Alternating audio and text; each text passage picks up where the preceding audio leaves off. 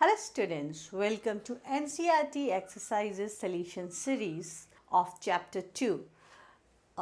Here in the previous episode we did the questions till 2.5 from Chapter 2.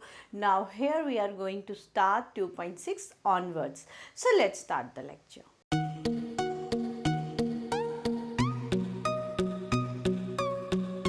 So start करते हैं question 2.6. 3 capacitors, each of capacitance 9 picofarad are connected in series. क्या बोला गया है? हमारे पास 3 capacitors हैं and all the 3 are connected in series और तीनों के पास कितना कैपेसिटेंस है इनकी 9 picofarad.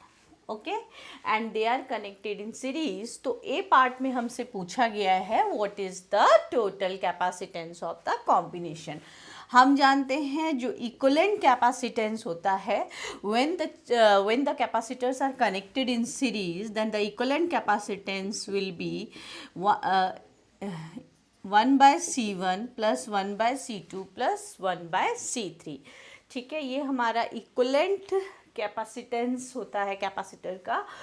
The formula to find the equivalent capacitance of capacitor when the capacitors are connected in series. So अगर हम वैल्यू सब्स्टिट्यूट करेंगे then what will we get? 1/CS will be 3/9 or simply it can be written as 1/3. So CS will be 3. The unit is picofarad. तो ये हमारा क्या आ जाएगा? Total capacitance of the combination. The formula for total capacitance for combination for series combination is this. Okay. सो ये formula जो है जो आप लोगों ने रेजिस्टेंस के इक्विवेलेंट कैपेसिटेंस में पढ़ा था कि रेजिस्टेंस जब पैरेलल में होते हैं जस्ट उसका अपोजिट है. तो आपको ये फॉर्मूला माइंड में रखना है. उसके बाद पूछा गया है what is the potential across each capacitor. अभी हमें पता है कि जब हमारे चार्जेस जो हैं कैपेसिटर्स जो हैं जब सीरीज़ में कनेक्टेड होते हैं, जब कैपेसिटर्स सीरीज़ में कनेक्टेड होते हैं तो हमारे जो इनका चार्ज होता है वो उन पे सेम होता है, सेम चार्ज फ्लो होता है, बट उनका जो पोटेंशियल होता है वो डिफरेंट होता है. तो ये कॉन्सेप्ट आपको याद रखना है. In series charges are same but potential is different. ठीक है, सीरीज में तो पोटेंशियल अगर मुझे निकालना है तो पोटेंशियल मैं कैसे कैलकुलेट कर सकती हूँ? मेरे पास टोटल पोटेंशियल 120 वोल्ट गिवन है एंड मेरे पास जो इक्विवेलेंट कैपेसिटेंस आ गया वो 3 पिकोफैराड आ गया, 3 पिकोफैराड. तो मैं यहाँ से क्या कैलकुलेट कर सकती हूँ? टोटल चार्ज कैलकुलेट कर सकती हूँ Q इजिकल्स टू CV से. सो टोटल चार्ज मेरे पास कितना मिल जाएगा मुझे? 3 into 120 that is 360 pico coulomb. ये मेरे पास क्या मिल गया? मुझे चार्ज मिल गया, टोटल चार्ज. अब मुझे इस कैपेसिटर के क्रॉस मुझे क्या पता है? चार्ज पता है और पोटेंशियल पता है. तो मैं क्या कैलकुलेट कर सकती हूँ? V1 की वैल्यू कैलकुलेट कर सकती हूँ which is equals to Q/C1. So Q मेरे पास 360 है एंड C1 मेरे पास कितना है? 9 है. ओके 9 पिकोफैराड है और वो 360 पिकोफैराड है. तो ये मेरा कितना निकल जाएगा? V1 हमारा picofarad pico will cancel out. तो ये मेरा क्या मिल जाएगा? 40 वोल्ट मिल जाएगा. तो मैंने क्या कैलकुलेट किया? मेरे पास टोटल पोटेंशियल गिवन था और मैंने टोटल मेरा कैपेसिटर जो है, जो कैपेसिटेंस है कैपेसिटर का, ये तो टोटल मेरे पास गिवन है. देन मैंने Q equals to CV formula लगा के मैंने क्या कैलकुलेट कर लिया? टोटल चार्ज कैलकुलेट कर लिया. और चार्ज जो होगा, चार्ज की वैल्यू यहाँ मैं कैपिटल Q ले लेती हूँ. ओके सो चार्ज की वैल्यू जो होगी वो सब में सेम रहेगी क्योंकि यहाँ मैंने कैपिटल क्यू लिया है. That's why I have taken over there also capital Q. So Q1 की वैल्यू V1 इज 40 एंड हम यहाँ देख रहे हैं चार्ज एंड कैपेसिटेंस भी उसका सेम है. सो V2 की वैल्यू भी 40 वोल्ट हो जाएगी, V3 की वैल्यू भी 40 वोल्ट हो जाएगी.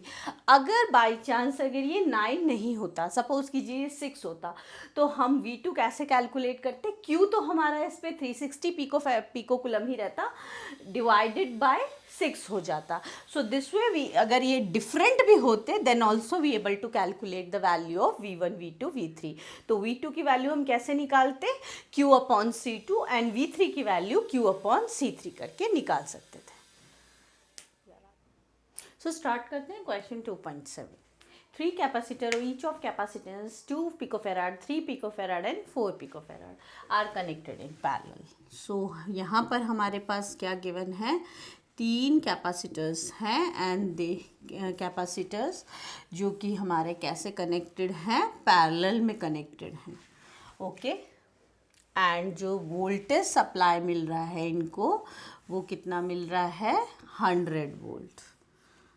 ये हमें क्वेश्चन में गिवन है. इसकी कैपेसिटी 2 पिकोफेराड है, इसकी 3 पिकोफेराड है and here the capacity is 4 picofarad.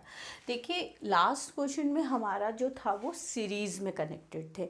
Series में हर कैपेसिटर के अक्रॉस चार्ज सेम होगा, पैरेलल में ईच कैपेसिटर के अक्रॉस वोल्टेज सेम होगा, चार्ज जो होगा वो हमारा डिफरेंट होगा. तो हम सपोज कर लेते हैं इस पे चार्ज अगर हमारा Q1 है, इस पे चार्ज हमारा Q2 है एंड इस पे चार्ज हमारा अगर सपोज कीजिए Q3 है. ओके, सो टोटल चार्ज जो होगा हमारा Q1 plus Q2 plus Q3 होगा, बट पोटेंशियल अक्रॉस इन सब के सेम होगा. कितना होगा इसके अक्रॉस पोटेंशियल जो होगा, इसके अक्रॉस भी पोटेंशियल 100 वोल्ट ही होगा, इसके अक्रॉस भी 100 वोल्ट और इसके अक्रॉस भी 100 वोल्ट. तो पोटेंशियल्स की वैल्यू जो होती है पैरेलल कॉम्बिनेशन में सेम रहती है, बट चार्ज डिफरेंट रहता है. इस कॉन्सेप्ट को हमें याद रख के ये क्वेश्चन को सॉल्व करना है. ओके, एंड सीरीज में इसका अपोजिट होता है. सीरीज में चार्ज सेम रहता है बट पोटेंशियल ईच कैपेसिटर के अक्रॉस डिफरेंट जाता है.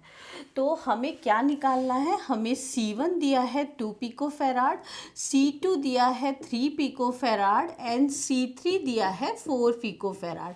सो मुझे इक्विवेलेंट कैपेसिटेंस निकालना है, इसका टोटल कैपेसिटेंस पैरेलल कॉम्बिनेशन में. सो पैरेलल कॉम्बिनेशन के लिए हमारे पास ये फॉर्मूला होता है. जो रेजिस्टेंस में सीरीज कॉम्बिनेशन हुआ करता था वो यहाँ पर पैरेलल कॉम्बिनेशन होता है. तो C1 C2 C3, तो कितना हो गया हमारे पास, ये 9 पिको फेराड. तो ये हमारा टोटल कैपेसिटर आ गया इस सर्किट का. और टोटल वोल्टेज हमारे पास कितना है, 100 वोल्ट. तो टोटल चार्ज हम यहाँ से निकाल सकते हैं. Total charge CP into V, तो टोटल चार्ज हमें कितना मिल जाएगा, टोटल चार्ज मिल गया हमें 900 पिको कुलम. ये मेरे पास टोटल चार्ज मिल गया.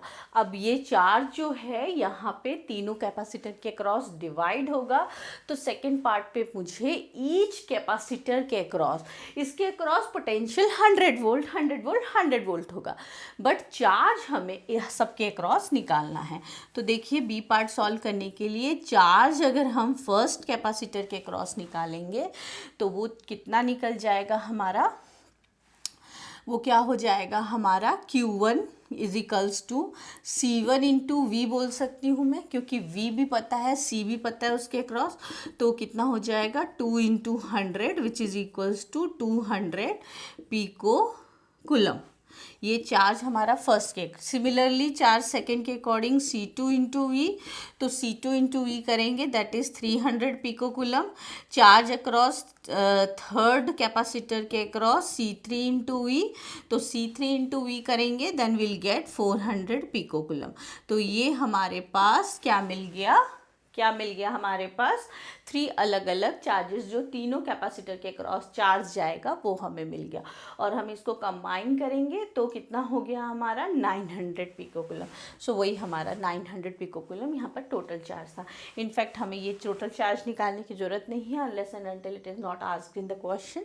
तो इसकी ज़रूरत नहीं पड़ी, हमने इंडिविजुअली Q1 Q2 Q3 हर एक कैपेसिटर के क्रॉस निकाल लिया. तो कंसेप्ट का मेन इसमें ध्यान रखेंगे कि जब हमारा पैरेलल में कैपेसिटर कनेक्ट हो तो हमें वोल्टेज जो है ईच कैपेसिटर के क्रॉस सेम लेना है. Question 2.8. In a parallel plate capacitor with air between the plate, each plate has the area of this. and distance between the plate is 3 mm. Calculate the capacitance of capacitor. If the capacitor is connected to 100 volt supply, what is the charge on each plate of the capacitor? हमें क्या बोला गया है, एक parallel plate है हमारे पास और उसका जो है क्या गिवन है, एरिया ऑफ द प्लेट कितना गिवन है, the area of the plates are 6 into 10⁻³ metre square and the distance between the plates is how much, 3 millimeter. So here we need to convert this into meter. Okay and ये भी बोला गया बाद में कि वो 100 volt supply से connected है, देन चार्ज और नीड कैपेसिटर. फाइन, पहले हमें क्या कैलकुलेट करना है, कैपेसिटेंस ऑफ दिस कैपेसिटर. इस कैपेसिटर का कैपेसिटेंस कैलकुलेट करना है जिसका एरिया हमें प्लेट्स का गिवन है और distance between the plates is given. So हमें पता है पैरेलल प्लेट कैपेसिटर जब उसे एयर में रखा जाता है प्लेट को, जो कैपेसिटेंस होता है पैरेलल प्लेट कैपेसिटर का वो क्या होता है, AE0/D. ये कब होता है, when the plates are kept in air. अगर उसे हम किसी मीडियम में रखेंगे विथ सम डाइलेक्ट्रिक कांस्टेंट तो हमारा क्या हो जाएगा, उसको हमें K से मल्टीप्लाई करना होता है. तो C will be K C0 हो जाता है. ओके सो अभी हमारा एयर में है, means the value of K we can consider as 1. Okay so values put करेंगे हम, 6 into 10⁻³ into 8.85 into 10⁻12 upon the value of D is how much, 3 into 10⁻³ okay. So this will cancel out. So इसको हम करेंगे when we multiply this and जब हम उसको standard form में arrange करेंगे we get approx 1.77 into 10⁻11 farad. Okay so ये हमारा क्या मिल जाएगा, हमें कैपेसिटेंस मिल जाएगा इस पैरेलल प्लेट कैपेसिटर का. एंड बाद में क्या बोला गया बी पार्ट में, if it is connected with 100 volt supply तो उस पर चार्ज फाइंड करना है. सो हम जानते हैं charge is equals to CV होता है. C we can take this 1.77 into 10⁻11 into V is our 100. So इसको करेंगे तो विल गेट 1.77 10⁻². 2 पावर्स कम हो जाएंगी. सो ये हमारा क्या आ जाएगा, this much coulomb of charge. Okay so हमारा चार्ज और कैपेसिटेंस ऑफ दिस कैपेसिटर वो हमें कैलकुलेट करना था. स्टार्ट करते हैं क्वेश्चन 2.9.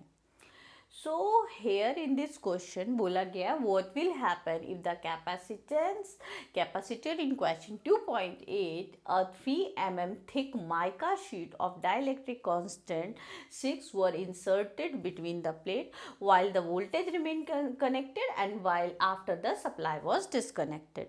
तो इस क्वेश्चन को पहले बहुत ध्यान से समझिए. क्वेश्चन में एक्चुअली प्रीवियस क्वेश्चन का हमें रेफरेंस लेने को बोला है, इसलिए मैंने ये रेड कलर से जो प्रीवियस क्वेश्चन का डेटा है वो लिखा है, क्योंकि डेफिनेटली इसकी ज़रूरत पड़ेगी एग्जाम में आपको. मतलब पर्टिकुलर उसका कैपेसिटेंस की वैल्यू, रेजिस्टेंस की वैल्यू, कैपेसिटेंस की value and distance between the capacitor area, वो सब इसी क्वेश्चन में मेंशन करेंगे. बट क्योंकि ये NCERT का क्वेश्चन है और इसमें हमें बोला है कि विद रेफरेंस टू क्वेश्चन 2.8 तो we just have to consider in that way. तो इसके लिए इसके पीछे छिपा हुआ पहले तो कॉन्सेप्ट देखिए क्या है.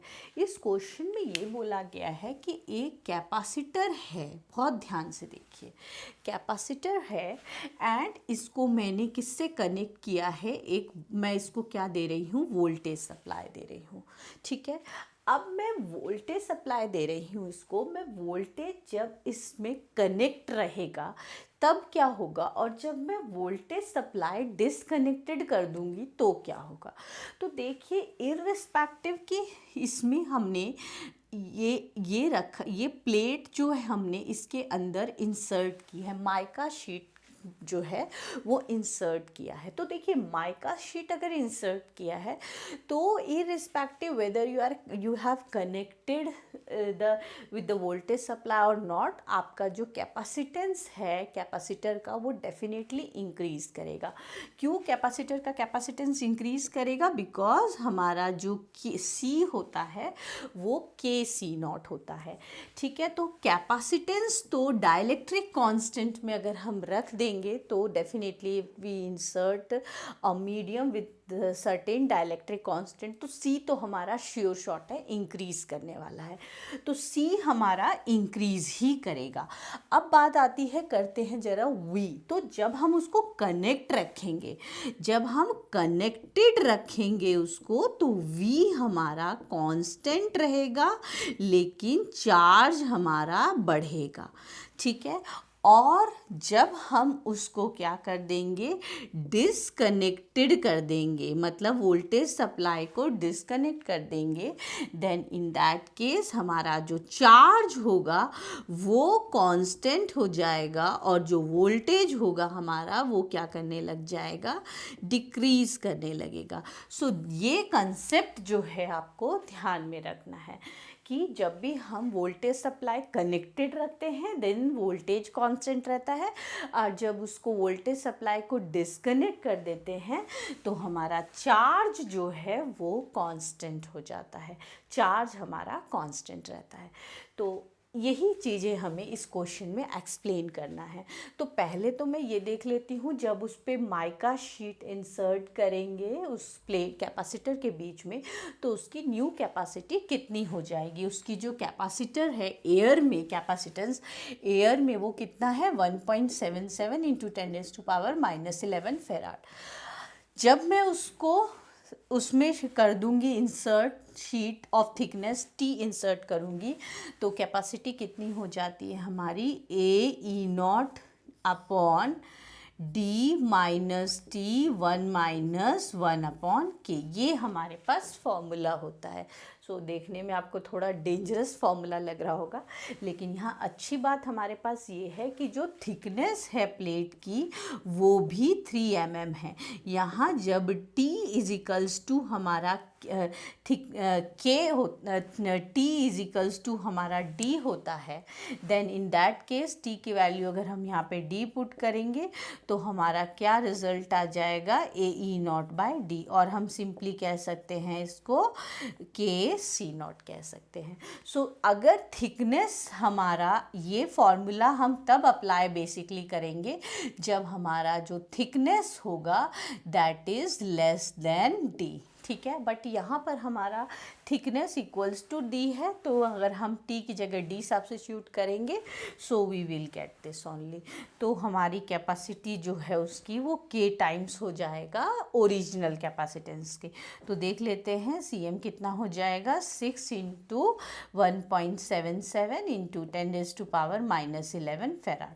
सो ये वैल्यू हमारी आ जाएगी न्यू कैपेसिटेंस। ठीक है, जब उसमें हम क्या करेंगे, उसके बीच में हम क्या करेंगे, माइका शीट को इंसर्ट कर देंगे जिसकी थिकनेस जो है सेम है, distance between the plate and dielectric constant उसका 6 है। तो मेन फॉर्मूला हमारा ये होता है, बट हमारा यहाँ पे D इजिकल्स टू T है, तो इसलिए हमारा फॉर्मूला क्या हो जाएगा, ये हो जाएगा और ये हो जाएगा। तो ध्यान रखिए ये फॉर्मूला हम तभी अप्लाई करेंगे C M equals to K C naught when the thickness जो है is equals to the distance between the plate, otherwise you need to use this formula.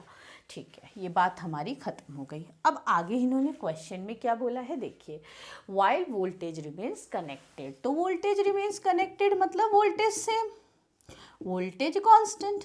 अच्छा जी, वोल्टेज कांस्टेंट मतलब पुराना वाला वोल्टेज हमें लेना है, पुराना वाला वोल्टेज लेना है, 100 वोल्ट का वोल्टेज लेना है, एंड कैपेसिटी तो बेचारे की चेंज हो ही गई है। कितनी हो गई है कैपेसिटी उसकी, इतनी हो गई है कैपेसिटी। ठीक है, ओके। तो अब हम क्या निकाल सकते हैं, इसमें से हम चार्ज कैलकुलेट कर सकते हैं। करना है तो आपको कर दीजिए, अदरवाइज पूछा नहीं गया चार्ज, बस पूछा है कि क्या होगा जब हमारा वोल्टेज रिमेन्स कनेक्टेड। तो वोल्टेज रिमेन्स कनेक्टेड तो हम कह सकते हैं वोल्टेज हमारा कांस्टेंट रहेगा और हमारा चार्ज अकॉर्डिंगली हमारा चार्ज जो है वो चेंज हो जाएगा।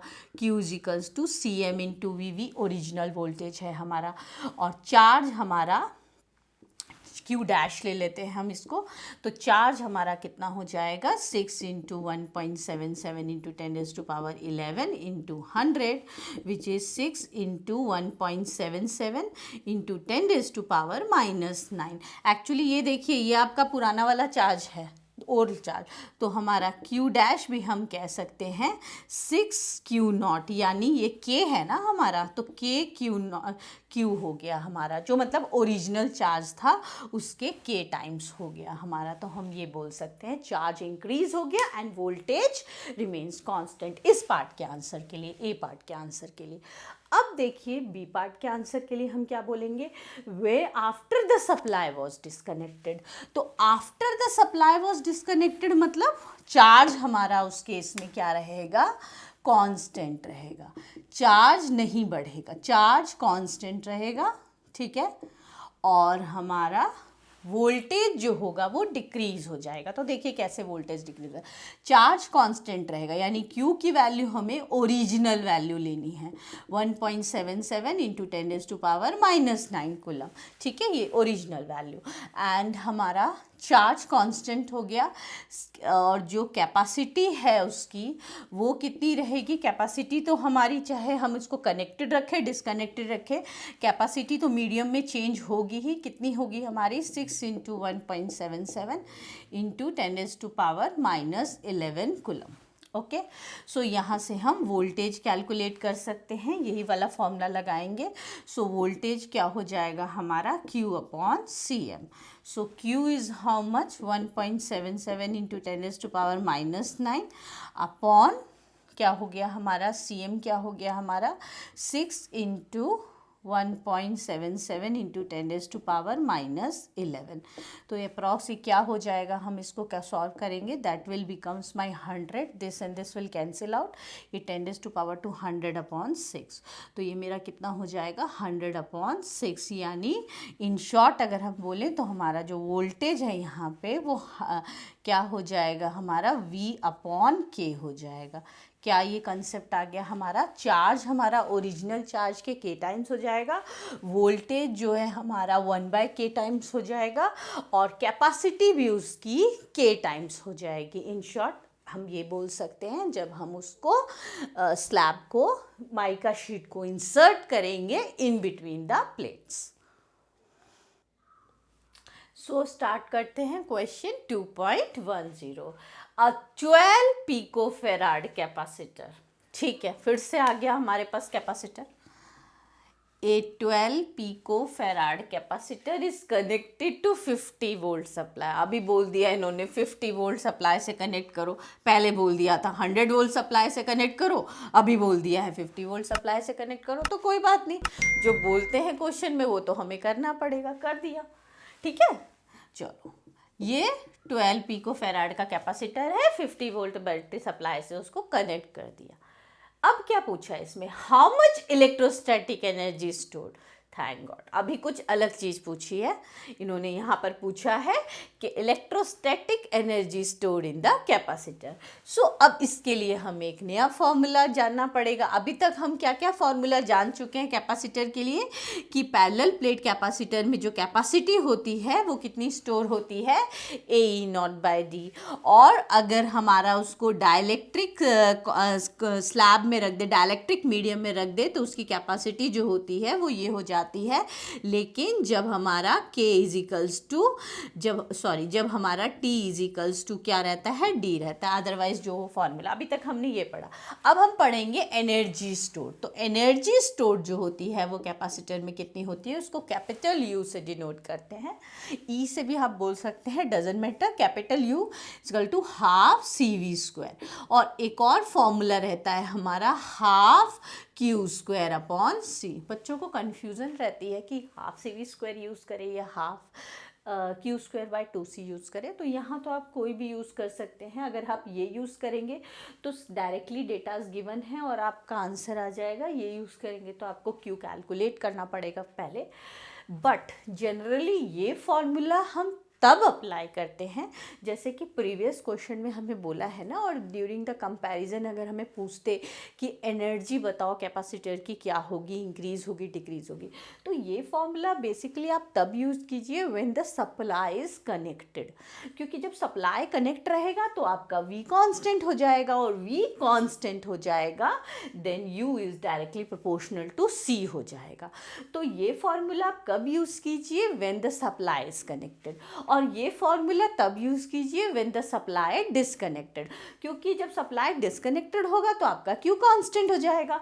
क्यू कांस्टेंट हो जाएगा तो U is inversely proportional to C। तो याद रखिए U हमारा जो है वो क्या करता है, डिपेंड करता है कि ये हमारा एनर्जी स्टोर्ड, कि हमारा सप्लाई कनेक्टेड है या डिसकनेक्ट है। तो कनेक्टेड में ये यूज़ कीजिए, डिसकनेक्टेड के टाइम में डिस्क्राइब करने के लिए, आपको डिस्क्राइब करने के लिए आता है वो प्रीवियस क्वेश्चन में ही कि what happened to the energy stored in the capacitor.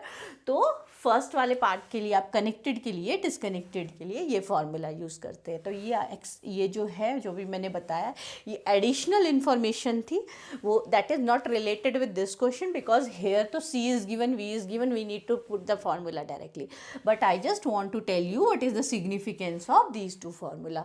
So this formula we use in order to compare the electrostatic energy when the capacitor still connected with the voltage supply, and this formula is used to compare the electrostatic energy when the voltage or battery is disconnected. तो ये concept याद रखिए। Question में हमारा इसमें कुछ ऐसा concept नहीं है। V given है 50 and C given है 12 picofarad. You need to put the value or you will get the answer. तो इसमें वैसा कुछ नहीं है, ठीक है। So here it is 12 into 10 raised to power minus 12, क्योंकि यहाँ पिकोफेराड गिवन था, एंड इट इज़ 50 स्क्वायर। तो बस आप इसको सॉल्व करना है और कुछ नहीं करना। 6 into 10 raised to power minus 12 into 2500। So 25 into 6 is 150 into 10 raised to power, here it is minus 10, so here it is 1.5 into 10 raised to power, shift करेंगे डेसिमल को, so here it is minus 8, okay, joule. Question 2.11. A 600 picofarad capacitor is charged to 200 volt supply. It is disconnected from the supply and connected to another uncharged 600 picofarad capacitor. Okay.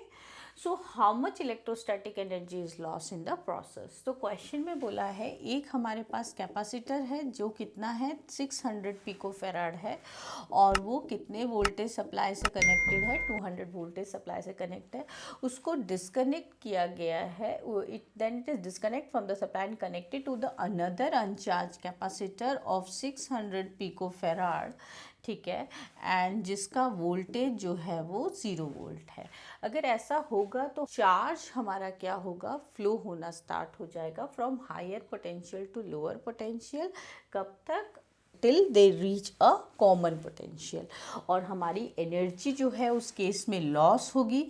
तो energy loss के लिए हमारे पास direct formula है C1/C2 upon 2C1 minus C1 plus C2, okay, V1 minus V2 square.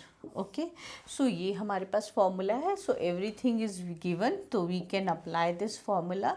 C1 हमारे पास क्या है 600, okay, into 600 into 10 raised to power how much, ये पिको, तो 10 raised to power minus 12 into 10 raised to power minus 12, okay, V1 minus V2 which is 200 minus 0, 200 upon 2C1 plus C2, यानी C1 plus C2 हम करेंगे 600 plus 600 into 10 raised to power minus 12.